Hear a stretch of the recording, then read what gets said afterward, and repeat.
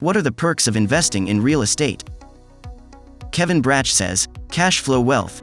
Real estate appreciation is a tricky game because it is somewhat unpredictable, making it riskier than investing for cash flow income.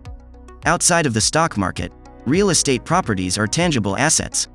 Over time, most properties will appreciate in value. Nick Riker says, there is too many to name off. I've just begun in my real estate investing journey and I am enlightened to the millions of ways to have positive outcomes of these investments. One of the many advantages is quick and substantial money depending on what you're doing. Wholesaling provides quick income with little to no starting capital, by picking up a house that's been foreclosed upon and selling the promissory note, mortgage, deed of trust, to another investor, rehab team. They can further the fix of the house if need be and also come out on top with money. It's a win-win for both sides. Another great advantage is not only the money but the amazing things you learn about real estate, construction, rehabbing. For example, fund fix and flips is where you find houses with easily fixable cosmetic problems. 1. New paint. 2. Shutters. 3. Tile. 4. Fixing lawn. 5. Etc. So there is money to be made, new things to learn, and amazing people to meet. Good luck with your journey. Robert Whitelaw says, I think there are a few great reasons to consider real estate as a primary investment. First, it is a real thing. No matter what happens to the market, you have a physical thing that you own. With stock, you can literally be left with nothing, zero, zip.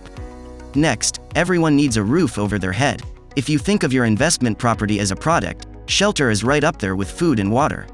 From my perspective, what makes real estate the better investment is if you approach it in an informed way. You have to buy smart. You want to research the property and have a very good idea of what the market is like. You want to buy in a way that is positive cash flow from day one. While appreciation is great, I don't like to invest assuming that is going to be where my biggest advantage is. Give me a solid rental market with positive cash flow every time.